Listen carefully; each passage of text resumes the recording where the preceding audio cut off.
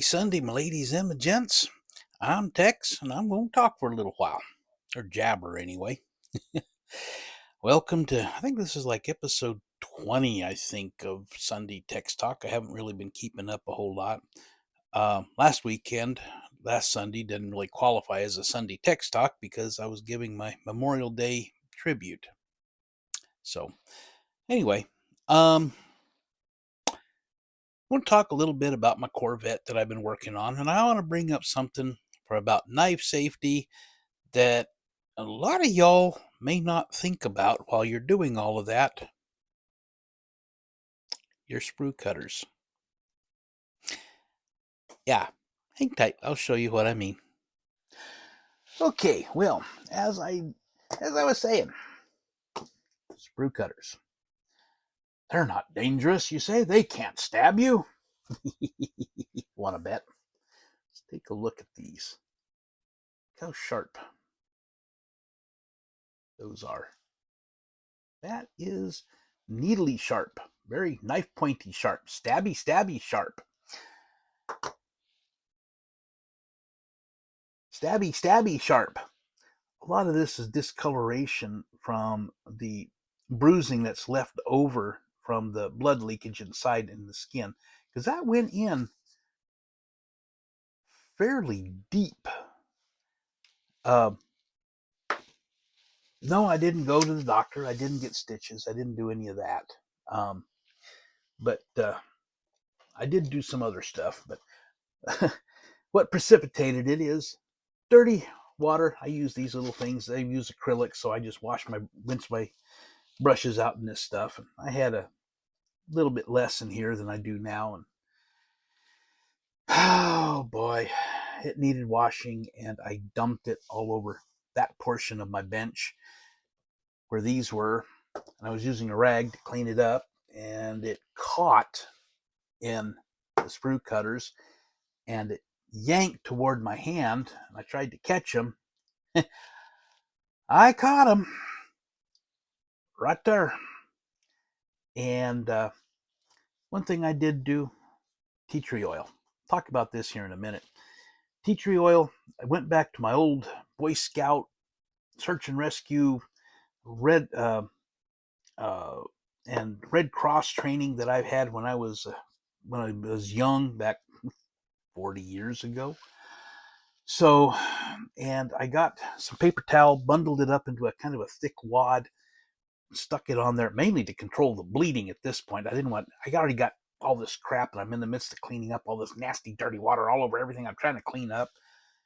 I don't want blood all over it too, because that's going to make it a bigger mess. So I got that on there, got some masking tape out because that's what I had available.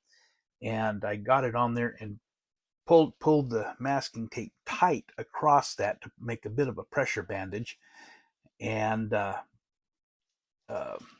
just kept at it with the tea tree oil, and then was graduated to a Band-Aid. And then now I'm leaving it open to air.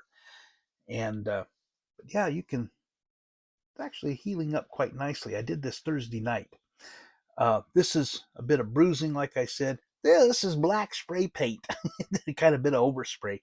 And I had this covered when I was doing the bit of spray paint. So, but tea tree oil, I've talked about it before. It's been a while. Something that I find essential to keep on your bench, to keep in your kitchen, to keep by your toolbox, to keep in your car or pickup or truck. I started using this somewhere between 35 and 40 years ago. This is an old bottle that I got from a co-op back in the, oh, mercy, early 90s, I guess. And it wound up sitting for a long time. It doesn't go bad. It's kind of like maple syrup. It doesn't go bad. But because of its properties, kind of like honey too. It's an antibiotic. It's also an analgesic. You bark your shin going through a parking lot, and you bark your shin on a trailer, on a hitch.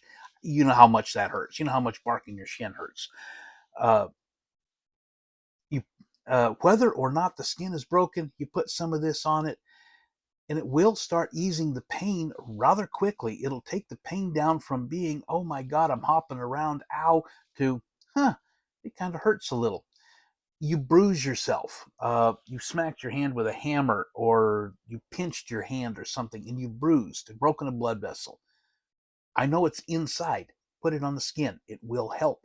It also helps speed healing. Uh, Aborigines in Australia have been using this stuff for the better part of 3,000 years now, and because it does help. I understand the Australian Army, at least they used to. I don't know if they still do. Would put um, tea tree oil in their first aid kits for this very reason. It does help. And you cut yourself a bit on your, here on your bench, or you do something, it does help. Really and truly, it does. This you can get this at Walmart. Not this big a bottle, not this brand. Like I said, I got this many, many years ago. But Walmart carries tea tree oil. Most pharmacies would. I imagine if you've got a superstore, grocery store nearby that's got, a pharmacy area, they might even have it there. You can get it on Amazon. You can get it cheap, and you can get it expensive, depending on what you look at. But my first guess would be Walmart or something to that nature. Um, but yeah, I would keep it by your bench, by your toolbox, if you're out in the garage, in your car, pickup, whatever. Uh, I carried it in when I was doing flatbed, and every time I hurt myself, banged myself, sparked the shin, skinned, scratched, first thing I do, tea tree oil. Then I look at control bleeding. So yeah, good stuff, Maynard. Anyway, and watch your sprue cutter. Even if you haven't just recently honed it like I did, these are still sharp. Be careful with that. Now, I'm going to talk a little bit about my Corvette that I have been rapidly, not really, working on, slowly and unsteadily, in between try to chop my hand apart. Got the body, got some of this all kind of together. I need to start on, I know the paint's not quite even. I'm doing brush paint, and I'm not being as super careful as I could be. I'm just not really that. It's a fun, but I need to start on decals now so that I can uh, get that all taken care of, and then put some clear on this, get it nice and shiny. And the clear helps smooth some of this out too. I found the Tamiya, what is it, X22? Yeah, X22 clear acrylic. Works great. I like it. Then, of course, this is not the interior is not attached, but you can see just how the whole thing works out. Engine, 350 small block, stock engine, the VCG resins, transmissions of 4-speed Muncie. I have the Weber Crossram intake, also VCG. The Brodix valve covers, also VCG. The brake booster and master cylinder are VCG. The battery, I don't remember if it was Iceman, MCV, or MVC. I don't remember which, but I don't know if it's one of those. About the only thing I really need to do with the firewall is put a couple of holes in it for the wires for the heater that I'm going to, heater hoses.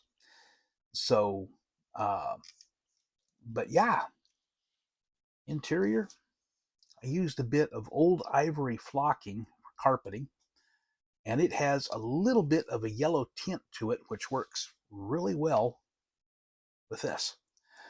I need to put the decal in for the shift pattern, and then put in the emergency brake lever, and except for the dashboard, this is complete. Just kind of did a little bit of detail painting there.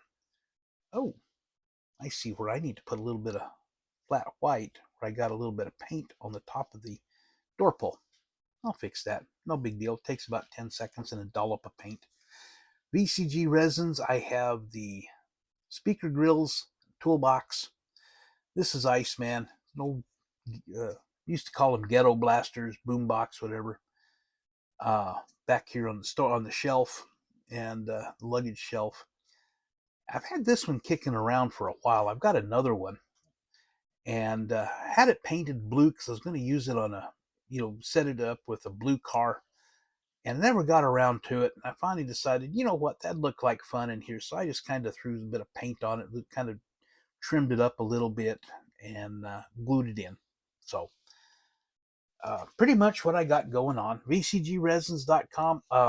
Sign up for the newsletter when you go to VCGresins.com, bottom of the homepage.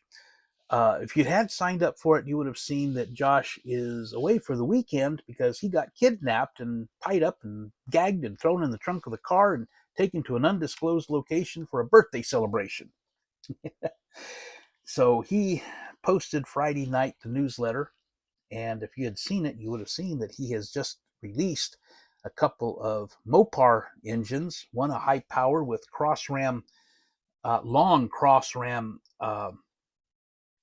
intake with a carburetor and an air cleaner that goes clear off over to here and clear off over to here.